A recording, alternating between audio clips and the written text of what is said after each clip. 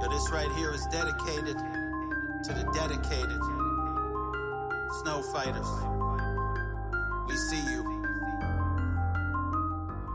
Welcome to Net Gain. This is Evan Tashwire, Jack of all people trades. Got a special guest with me, Steve Smythe from Storm Equipment. Steve, if you want to introduce yourself real quick to the people. Steve Smythe with Storm Equipment, outside sales and business development, and Storm Chasin and Storm Academy. Kind of help with it all around here.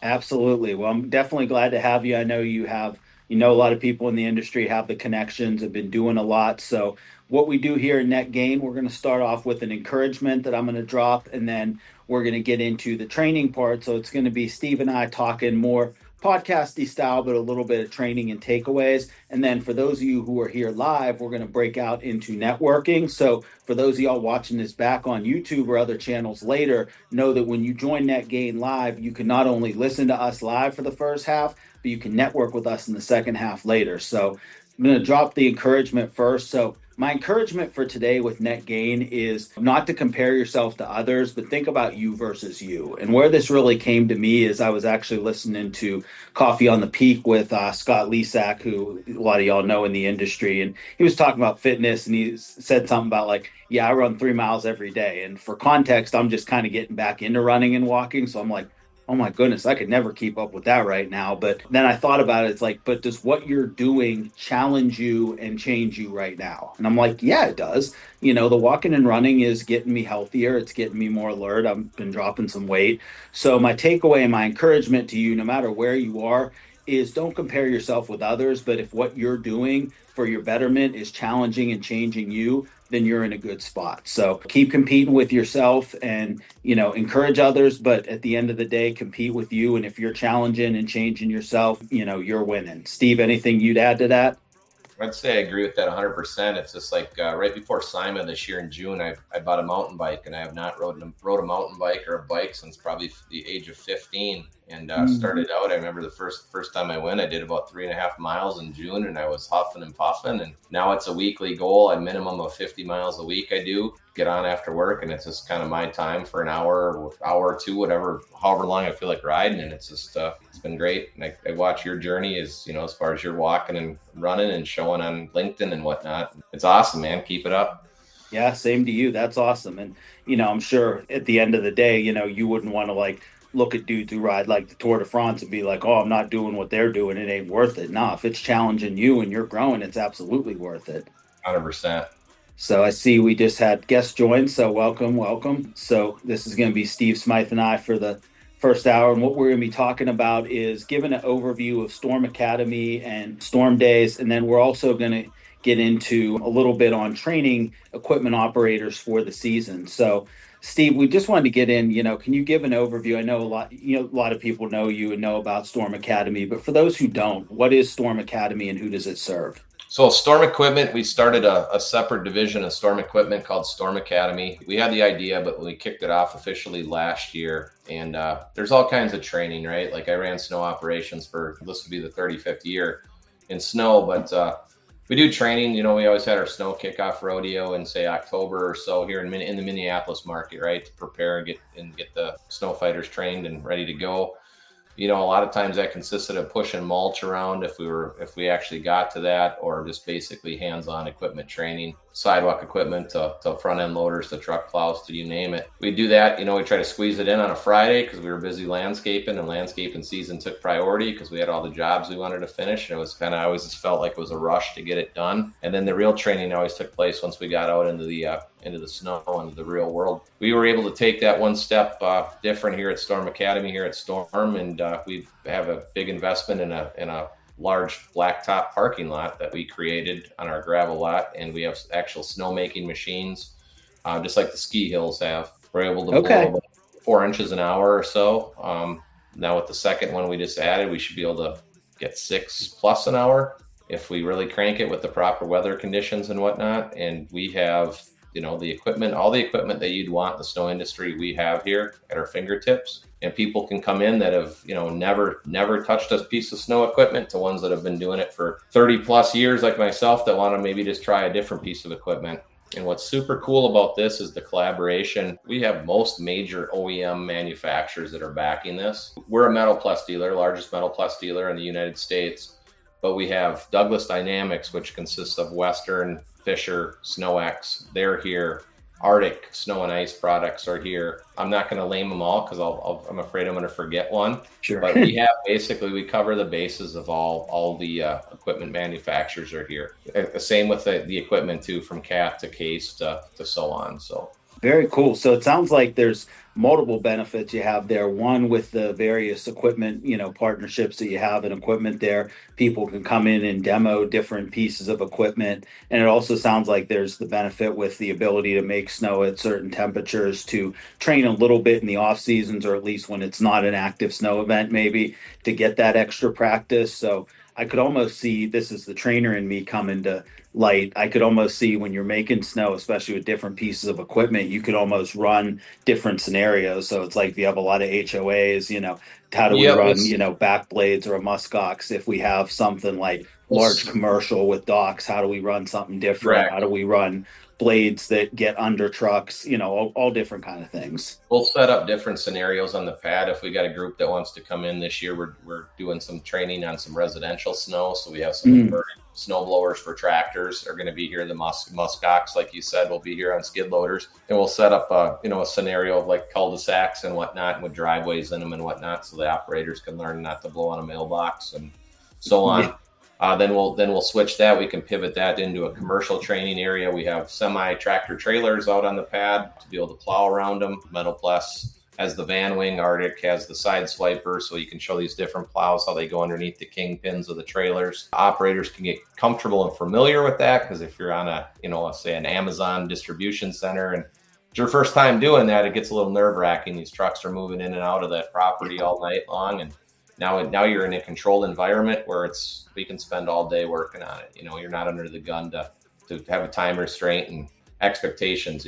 Our expectations are to make sure you walk away trained. So if it takes all day, it takes all day. Really good. So just for people seeing this who maybe haven't heard of, Storm Academy, or, have heard of it and maybe you're interested, how would they sign up? Like if I wanted to bring my company there or a couple of my team, how would we sign up or get in touch with y'all? You can jump right on our website at stormeq.com, and then there's a link to the Storm Academy, and then link right in there. And there's a whole customer, feedback, like what you're looking to get out of it, how many operators or people you'd like to send. We'll definitely follow up with a phone call and tailor that towards you. And another thing that's cool, so if a company wants to come, like I said, we have all aspects of the equipment here. If somebody wants to come and say, hey, our company strictly only runs Metal Plus, and we want to train on Metal Plus, so our operators go out in the field and we know how to do it and we want to do it properly, or Arctic or Douglas or whoever that is. We can cater to that and just have that equipment set up on the machines to do it. And a lot of times we'll bring in the OEM rep as well. So if we have somebody, like obviously we rep Metal Plus, but if we have somebody come in from Douglas, we would call Douglas and have some of their people come in. They're experts on their product. This isn't us as Storm Equipment trying to promote a product. That's what's super cool about this. It's a total different sandbox we got going on, and everybody is on the same page with it. It doesn't matter who it is. We're not saying, hey, our product's better, this is better, or vice versa. We're here to help the industry and help them grow and learn. It kind of gives me goosebumps. It's super cool. Yeah. 10 years ago, you'd never see this. You'd never see the Ford Chevys playing at the same parking lot. Now they're all there. So super cool. I love that. Yeah, a lot of good stuff there. I love the partnership. I love the, doing it for the industry, bringing in. I like that part about the OEM dealers or reps coming in to even educate further. If someone wants to run, or somebody does run a certain, like you said, if they run Metal Plus or they run Douglas or Arctic, to be able to have that education there too. That's pretty cool. Yeah, to jump in, I'm pretty familiar with most of the big name loaders, but to jump in a case and there might be a toggle switch or something I'm not super familiar with. So instead of trying to guess and try to teach somebody the wrong thing, we have them come in. They're the experts. We're the experts on teaching them the technique and how to run the equipment and whatnot, but then they can show their OEM end of it and teach the customer that as well. Definitely. No, that's really cool. Yeah, you don't want to be in the middle of training and be like, wonder what this does.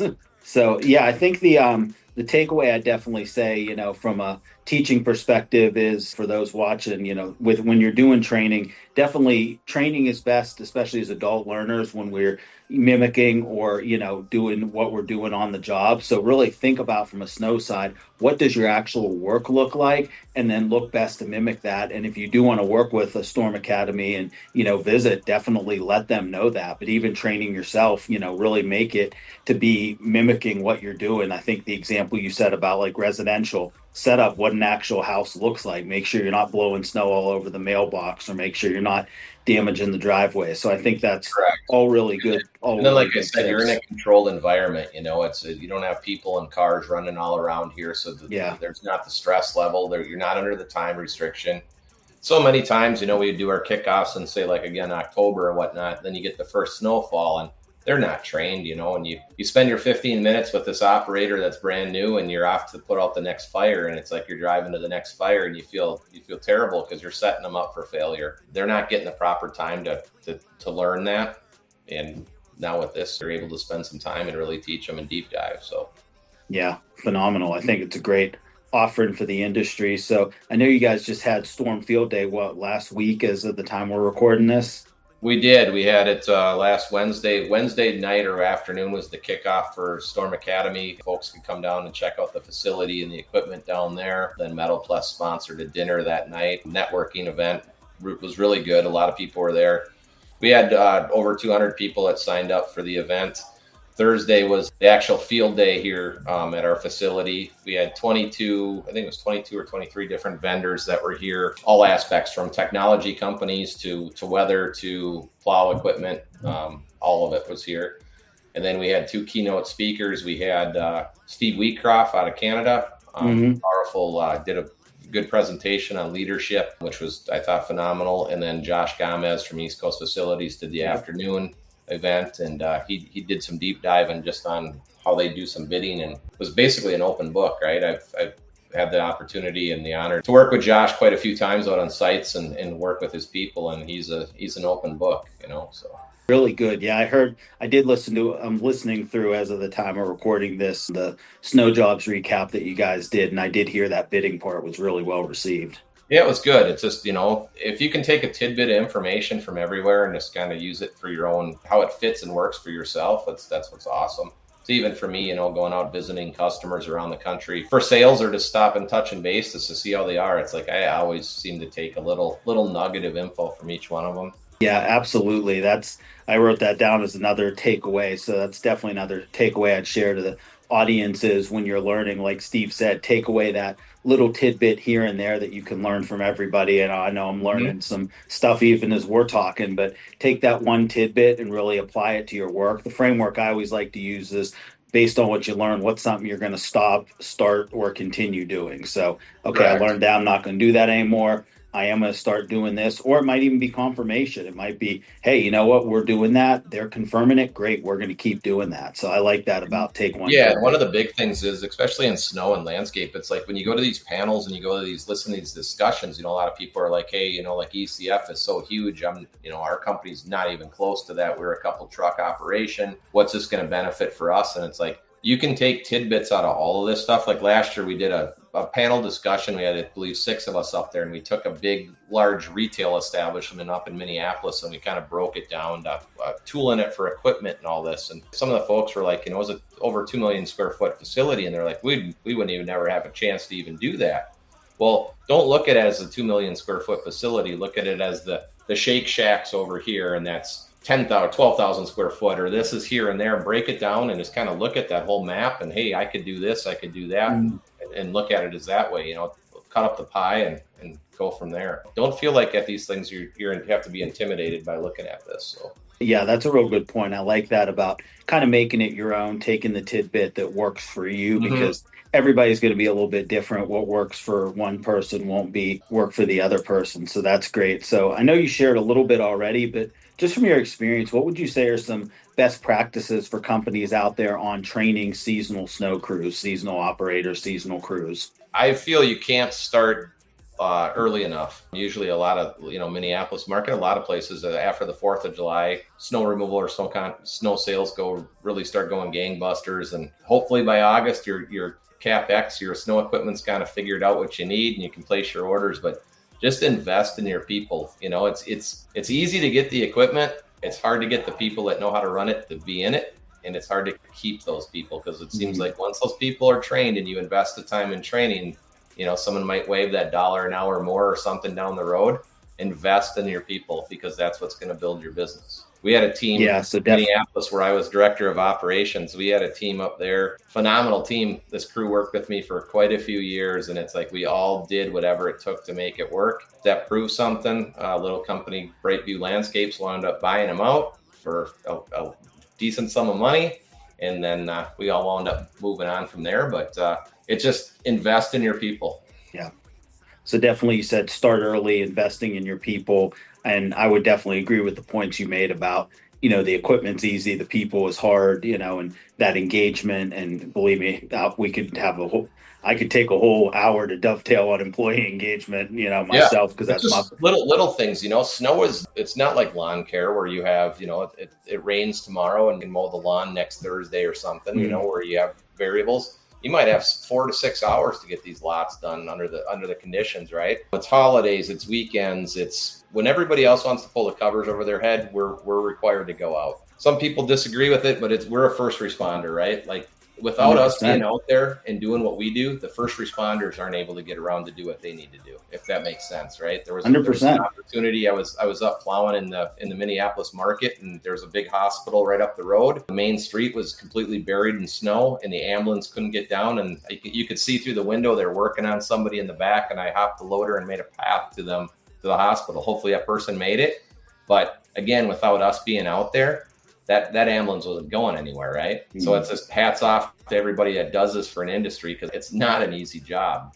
That's probably been the best highlight we've had on the show so far, because certainly I commend you and others who've done similar. But, I think that story just puts the value of snow removal as an emergency response, first response business into perspective. Because if you think about my wife or somebody I care about, or your family or anybody who's listening, if that's your family in the back of that ambulance that is stuck and this guy is plowing through and they make it because of that, I mean, literally you can't put a price on that. There's, that's invaluable. All the major hospitals have helicopter pads on them. They're not going to be able to land a helicopter on that pad unless somebody's out there clearing it. That usually is somebody out there doing a lot of it by hand work, in garbage conditions, and they're making it happen to keep people safe. So yeah, I'm a strong advocate for that. So I think that's huge perspective, and that's definitely good perspective to share. My hope is that this gets in front of, because I feel like as an industry,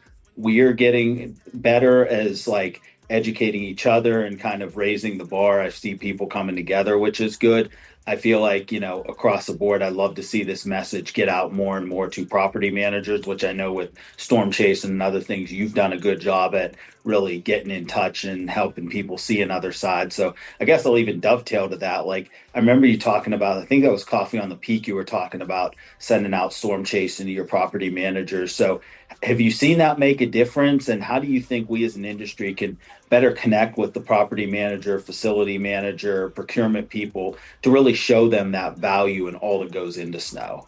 It's kind of like I said, invest in your employees, invest in your customers as well. They have such a wide range of duties that they're working on, on the facilities. Just think of all the different things that go on in facilities, and snow removal is one of the most important ones, but it's one of the ones on the list, right? They have all this other stuff to take care of. And we're not just a check mark on the box. It shouldn't be looking at a spreadsheet and to say, hey, company A is way cheaper than company B or C, and check that box. You need to figure out why company A is at the price they're at and why company C is at the price they're at. Equipment, right? Equipment makes all the difference. If somebody's going to come in and something that's non-maintained and breaking down and they don't have a lot of overhead, they're going to come in a little bit cheaper, right? But the one that has the stuff, not saying that new is better, because that's not necessarily the case at all either, but somebody that has some maintained stuff or some redundancies built into their routes where they have backup equipment in there, going to keep your facility open. So it's not always about price. We started the Storm Chasin actually the past season, and we did 6 companies around the United States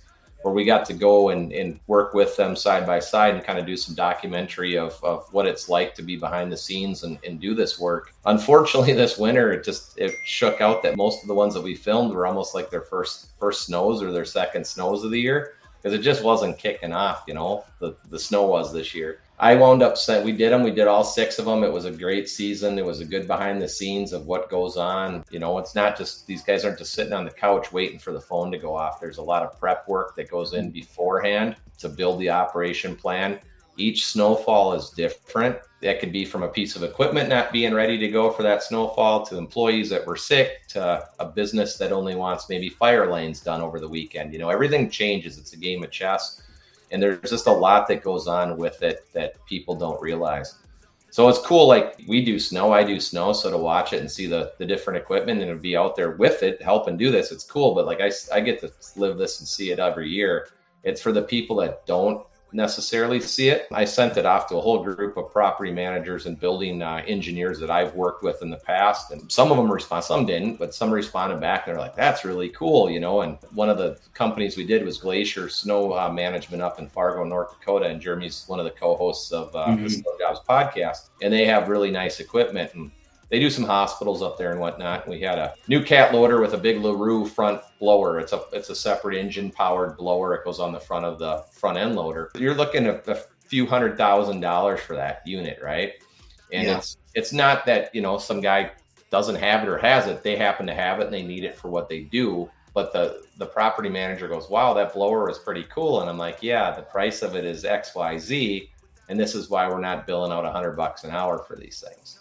So it's kind of educating them to, what this equipment costs. I mean, you equip a front end loader now, a new one, you're $250,000 easy, for a full size out there. So they have to understand what it all means, right? Yeah. So I definitely heard, some takeaways for y'all listening. Educate your customers, like Steve said, invest in your customers, really care about their perspective, understand and empathize that they do have a lot of different hats they have to wear, a lot of different services and verticals they're responsible for, but then also educate them on what things cost and why, and even bring like something like Storm Chasin has done, bring them into the experience. So it's not just running off numbers, hey, this costs this much, but they actually see it in action and how it clears and the efficiency of it. So I think Storm Chasin was great. I did see all 6 episodes myself, and I think my favorite was it UDM that was the second one, the one that didn't get, I know I'm spoiling a little bit here, but the one that didn't get too much snow when they were expecting it. That was up in Cleveland, and that happened right after Thanksgiving, actually. Black Friday after Thanksgiving, I left to head to Cleveland for that. It was a lake effect situation. They're right off the lake up there. It was a lock we were supposed to get dumped on. No fault of the weather. I mean, it was the weather companies, but it was literally, a 2-mile-an-hour wind either direction really shifts that lake effect.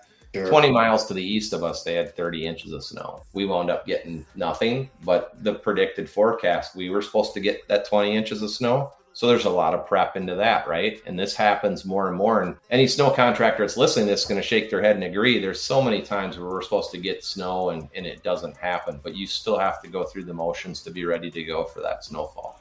And 100%. And when we did the episode, there was some, there was a little internal feedback that we just come back and do it when they're getting snow. And I said, guys, this happens more than it doesn't happen, So I think we show it. It wasn't cool because we weren't pushing big snow, piles of snow and blowing snow and hauling snow, but it showed the reality of getting up all hours of the night, checking the conditions and having people on staff all night, monitoring. And super important to know that.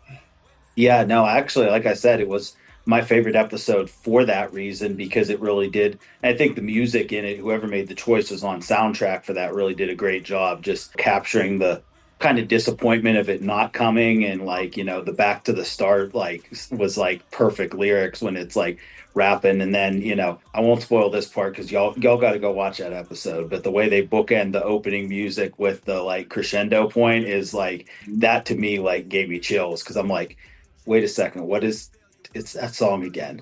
I'm like, is something about to happen? Because I thought the episode was about to fade out. I'm like, is something about to happen? And then it was just popped. And I'm not going to give away what that pop is. Y'all who haven't seen it need to go see it. But yeah, that was a great episode.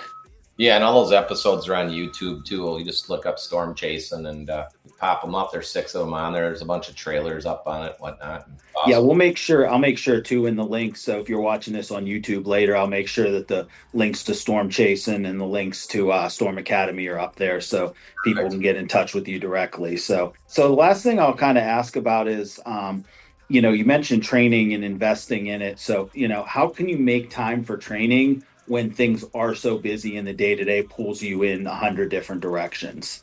It's one of those deals. It's like land, I director of operations. We did landscape, grounds maintenance, and the snow removal. And it's like this time of year is go time to get those projects done. But you have to invest in that team. You have to just take your calendar, block out time. Don't make it where it's just a Friday or a rain day to do this. You're out in a lot more dangerous conditions than you are in the summertime. You're in big equipment, not necessarily that you're in the summertime. You might have some operators that are fairly new, so you have to dedicate the time to make it. The more time that you can front load that, get these crews set up, the more successful your season's going to be.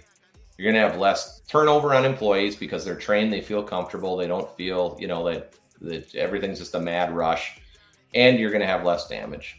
Yeah, no, 100%. So really it's just a case of block it out, do it, don't put it as a back burner thing. And also, like you said, I think understanding the risk you're up against, both from snow, the need to respond on an emergency, and the understanding your risk. And I think what you said about turnover is really key, because I know from, studying employee engagement, your foundation of employee engagement is, I know what's expected of me at work and I have the materials and equipment needed to do my job. And that includes training and information. So everything you said there is foundational to engaging a team that's going to stay with you long term.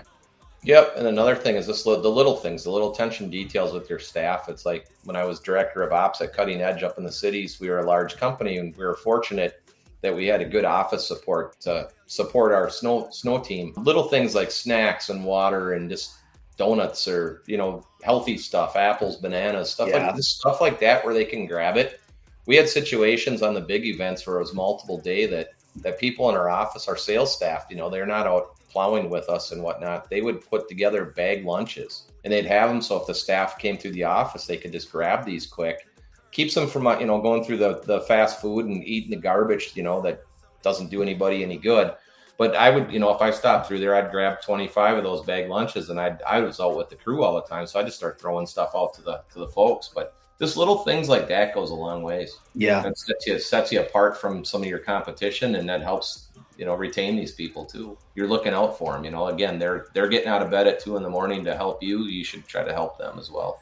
I love it. I love everything about this. This has been great, Steve. So I'm going to wrap the discussion part here. So if we do have anybody else in the call, I'm going to open it for networking. But this has been Net Gain, networking, and encouragement and training with Steve Smythe.